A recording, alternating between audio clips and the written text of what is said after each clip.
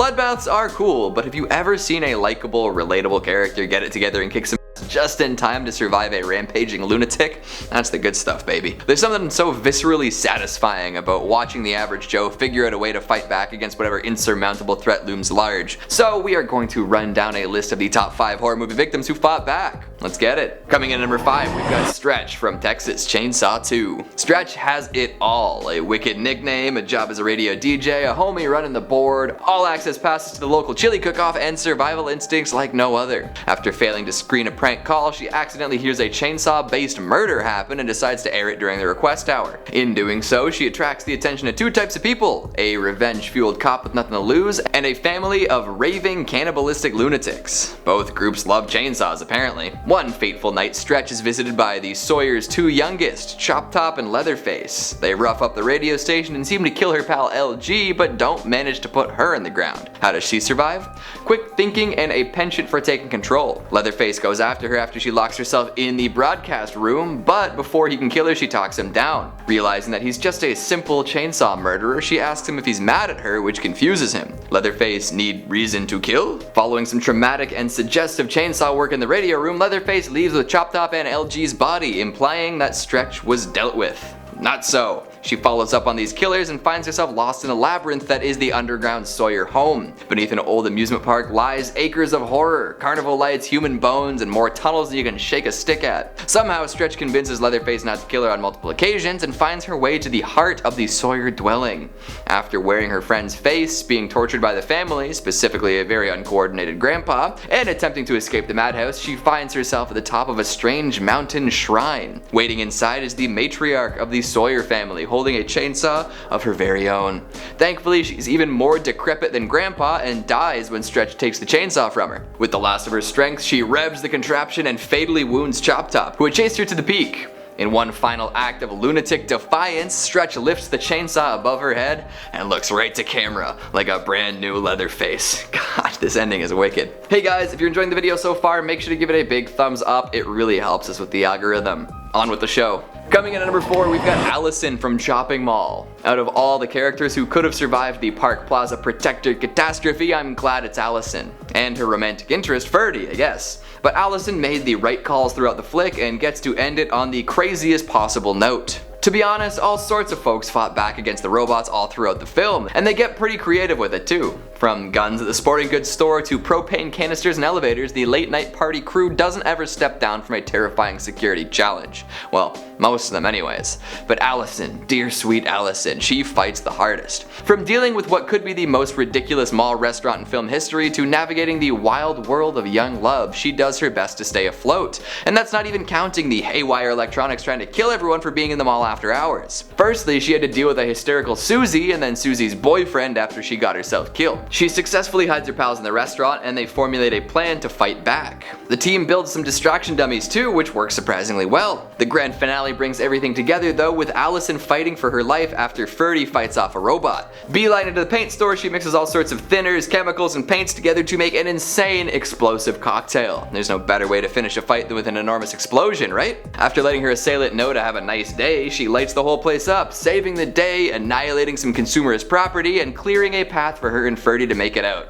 Way to go, Allison. Coming in at number 3, we've got Chris from Get Out. If Chris didn't fight back, we probably couldn't call the movie Get Out. Boy, some folks just have a tough go now, don't they? Chris thought he was gonna have a fun, if not awkward, weekend with his girlfriend's family, and look what happens to him. They try to brainwash him and steal his body, for shame. For the first little while, it just seemed that nobody knew how to comfortably interact with Chris. Lots of overly wide smiles and weird platitudes and odd racial remarks. This, of course, raises Chris's defenses, but not enough to outright do something about it. But that all changes after he's literally hypnotized and put into a void against his will. Good thing he's resourceful though, and unwilling to be turned into a vessel for some old guy's soul. The final stretch of Get Out is as thrilling as they come, with Chris having to fight his way through all sorts of obstacles to make it out. First, he impales someone on a set of deer antlers, then he sets fire to the room and hustles out the door. Then he's got to deal with the ex-girlfriend, her mother, and some of the already possessed folks. Somehow Chris powers through all of this and starts to make a getaway, bringing the possessed Georgina with him. Bad call though, as she attacks him and crashes the car. All this results in Chris strangling his girlfriend in the middle of the road with plenty of dead bodies strewn about. All seems lost when what appears to be a police cruiser shows up. Uh-oh. You can breathe a sigh of relief though, as it's actually the world's premier TSA agent, Rod, here to save Chris from the chaos. Although the original script had Chris being actually apprehended by police, which might make his fighting back feel a little more hollow. Maybe a little more real to life, but definitely hollow. Coming in at number 2, we've got Aaron from Youre Next. Quite possibly one of the most self-aware slashers going, Youre Next is a modern cult classic, filled with brutal kills and a twist for the ages, not to mention an absolute banger of a recurring musical cue. This is the movie that really pumped up the final girl to a whole new level. Erin, our main character, doesn't seem to be the ruthless killer type at first, but just you wait. Visiting her partner's well-to-do family at their home out in the middle of the woods might seem like a lovely weekend retreat, but this welcoming veneer is shattered by the arrival of assailants in animal masks. They quickly kill off a bunch of family members using crossbows and machetes, causing mass panic in everyone except for Erin. Somehow steely-nerved and poised to kill, she's ready to survive by any means necessary. After dispatching a couple killers, Erin reveals that she grew up on a survivalist compound and is just an absolute badass. Setting traps, throwing hands one-on-one, and getting to the bottom of the mystery, she is a bona fide hero. There's nothing quite like watching a person you assumed was sort of helpless step up and steamroll some weirdos in animal masks. Hell yeah, Erin. It's too bad what happens in the end though. See, she's a little too good at fighting back. After she discovers the folks behind the plot, namely her partner and a couple of his siblings, she goes a little loony. Unfortunately, one of the police calls that seemed to fail earlier actually went through, resulting in a police officer witnessing Erin kill her partner. Then this doofus of a law enforcement officer ignores her warnings and walks right into a trap she had set for the animal mask killers. Being the only one left alive, now with cop blood on her hands, Erin probably wishes she had toned it back a little bit. And finally at number 1, we've got Ash from The Evil Dead. This is a horror movie victim who fought back so hard he spawned an entire series of movies, comics, and a TV show, boomstick and all. After accidentally summoning the Deadites into our world via the Book of the Dead, Ash and pals have a real bad time dealing with them at their remote cabin. Such a bad time that in the end Ash is the only one left standing. But don't worry, he figures out how to bring the fight to the bad guys, and boy does he ever bring the fight. When he loses his arm, he replaces it with a chainsaw. When he's brought back to the 1300s, he screams for a bit and then fights his way through one of the most ridiculous skeleton-filled gauntlets of all time. When he's faced with a weird clone of himself, he kicks his own ass. There's just no keeping Ash down. He'll raise hell in an S-Mart if he has to. Hail to the king, baby. Such satisfying stories, don't you think? If these iconic characters didn't fight back, something tells me that the movies wouldn't be half as enjoyable. There's always room for more movies where a killer just gets to go to town on some helpless victims, but that can't be every horror movie. What'd you think of the list? Do you agree with my picks? What victims fought back best in your opinion? Make sure you let me know down in the comments. Speaking of comments, let's take a look at some of your more spindly ones from the top 5 horror movie monsters that can't be stopped, part 2. Blue Dog 79 says, as someone who was bullied a lot as a teenager, I always cheered for Jason. Hopefully you didn't take any machete swinging cues from him though. Don Pandemoniac says, what if you would lure the creeper, Jason, and even the zombies into the blob? Well, I suppose you'd have a lot of sequel potential. Ellis Hodamani says, zombies are really fascinating. It takes a lifetime to create a functional contributing human, but it only takes a bite or a scratch to turn a human into a zombie. It's inevitable, really. We're so fragile, even if we believe we'll get to be around forever. Teeny B says, I've got an unstoppable monster for you, Keegan. The devil. Go ahead and try to stop the god of hell, I dare you. Alright, well give me a few weeks, I'll see what I can do. And that's all the time we have for today. I'm going to brave the sands of Arrakis without a still suit. Thanks for watching, and I'll see you next time.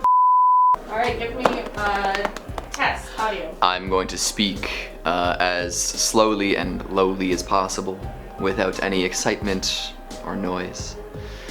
It's time. Lovely. Alright, that audio is good. And whenever you're ready. Excuse me. Glad we got that. Yeah, that should have done that for the sound test.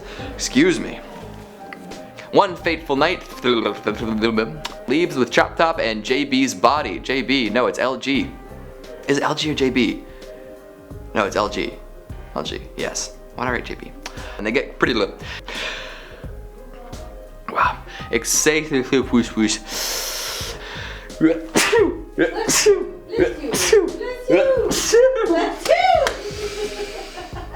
Ooh. Yeah, I gotta go home. Oh. First, he impales the greasy, mustachioed brother on a set of deer antlers. No, actually, does he kill the dad or the brother like that? I can't remember. No, he hits the brother with like a pool ball or something. So hold on. He'll raise hell in an S-Mart. He'll raise hell. Oh, well, it's a good thing I up, right? Wow. He'll raise hell in an S-Mart.